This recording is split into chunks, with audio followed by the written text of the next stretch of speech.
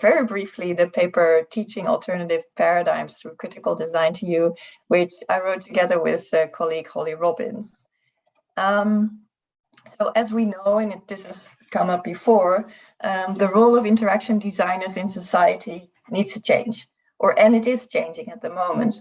And to do this, we argue in the paper that design needs a paradigm shift to escape its current role in, partly the causes of these same societal crises. So teaching students to make a paradigm shift is challenging, as it implies tearing down fundamental, yet often implicit structures to cope with the complex playing field of design. And they need paradigms and assumptions to work as designers. But in an attempt to overcome these challenges, we have designed a course setup for interaction design master students that integrates three main elements or concepts: science and technology studies, critical design, and material speculation.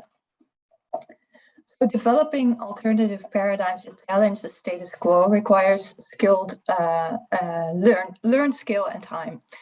But fortunately, the work of trained critics becomes available through a wealth of science and technology studies, which are available freely. So a recurrent pattern in this work is that relations between technology and effects in everyday life are explained using a theoretical lens that's critical of the mainstream or dominant perspective on this relation, as well as highlights problems where mainstream perspectives see a solution. So for example, Yolandi Strengers uses a practice theory framework perspective to argue that energy-saving technologies can contribute to increased energy demand by, for example, embodying and legitimizing unsustainable lifestyles, such as drying clothes on a dryer instead of on a line. But however, these science and technology works are often difficult to access, and let alone apply for interaction design students. So to overcome these challenges, we used a critical design approach and we integrated that in the course. So as explicated in this quote, critical design is suitable for developing critique, but it has also been critiqued for a failure to challenge underlying structures and assumptions, or deeper underlying structures and assumptions. So combining it with STS may therefore be fruitful. Moreover, critical design tends to be focused on stimulating public debate, while our aims are directed at gaining insights for design. So this brings in the third concept, namely material speculation, which is a strand within critical design that uses design not as a means of engagement with publics, but primarily as a means of inquiry. These three main concepts were integrated in our master elective course design. Main element in the course is a core reading, a selected science and technology studies paper that presents a critical perspective. And this is used as a basis for designing and deploying a research artifact. And the main deliverable for the students is a pictorial presenting a knowledge contribution to a design audience. For the paper, we analyzed 10 projects resulting from the course in the 2018 and 2019 editions. In the project DABA, for example, the students responded to a core readings critique on the risks of automation by imagining a different role for technology as a collaborator instead of a servant. Their research product is an example of this approach. DABA is a connected device that assists in, but doesn't take over the activity of cooking a meal by guiding the sequence and timing of adding herbs. Smart Cup, the other example I want to give here, used a cup equipped with random light behavior to explore expectations of smartness, which was based on the core readings identification of technologies that were not living up to their promises, such as, for example, I mentioned the energy efficient technologies leading to more energy demand, or household appliances leading to more housework. While wondering, what if this development continues and devices reach a point of complete dishonesty? The students set out to explore how the smart narrative, accompanied by a clearly dumb, dishonest artifact, is capable of shaping people's behavior and practices. For the paper, we analyzed projects for the ways in which the students engage with their core readings, the knowledge contributions made, and the role that design played in the process. Through this analysis, we identified three main types of knowledge. First, the research artifacts themselves form knowledge contributions in the form of opening and exploring alternative solution spaces. These solution spaces are implicated in the alternative problem spaces addressed in the core readings. So, for example, problematizing energy-saving technologies. But the research products exemplify and flesh these out. Within the alternative solution space, we identified two main tendencies, thereby drawing on a categorization made by James Pearce. So in the designs, one was an oppositional tendency, where current status quo is questioned by presenting solutions to the alternative problem framing. For example, the product Amy both highlights and addresses risk of the visual interface of Tinder by presenting an audio-based alternative. The other is an accelerational tendency, and these type of artifacts are not meant to represent a solution, but rather extend or enlarge the problem space identified in the core reading. So, for example, the research product Jack and June exaggerates, wow, difficult word, gendered aspects in smart home assistants.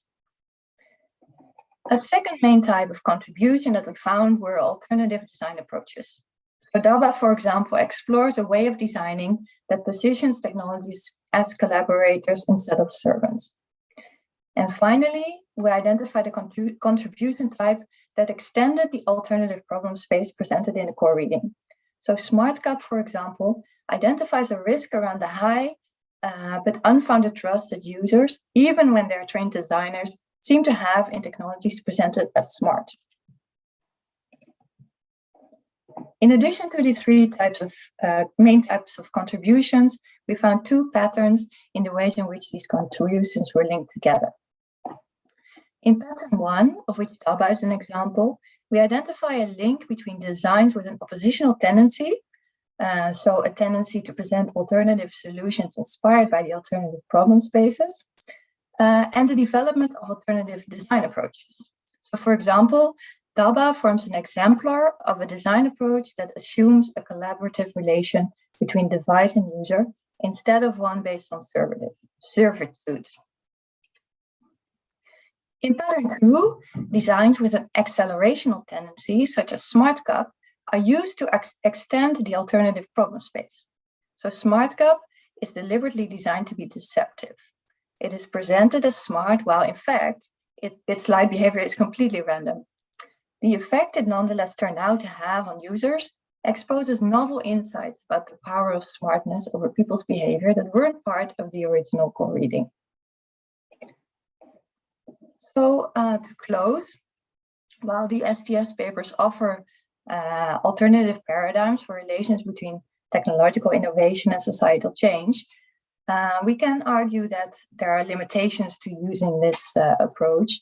So, for example, you can see that the DABA approach of collaborative design is not new to design approaches. So these SDS papers are, well, understandably not fully up to date when it comes to state-of-the-art design theory.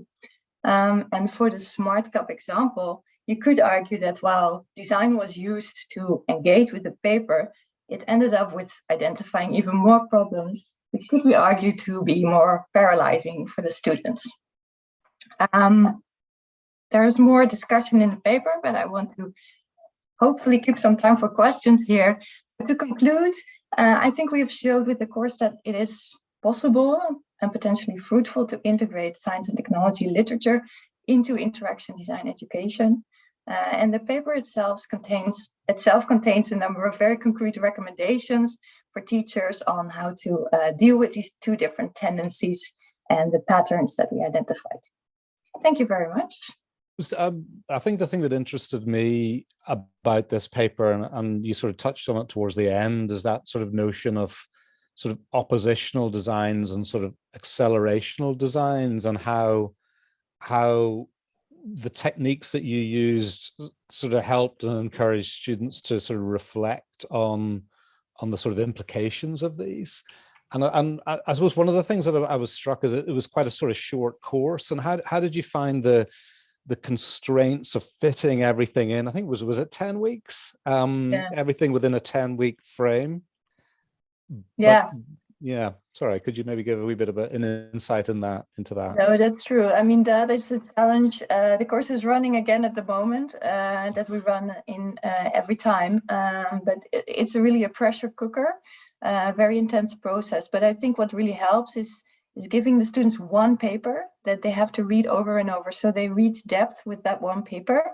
And that's actually tomorrow. Every time we have about halfway the course an exhibition where they have to show their research artifacts. And that really stimulates them and forces them Yes. to come to decisions, because they have to make something and using that what they make to generate knowledge.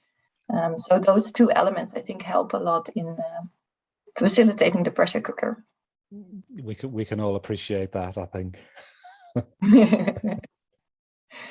Okay, thank you.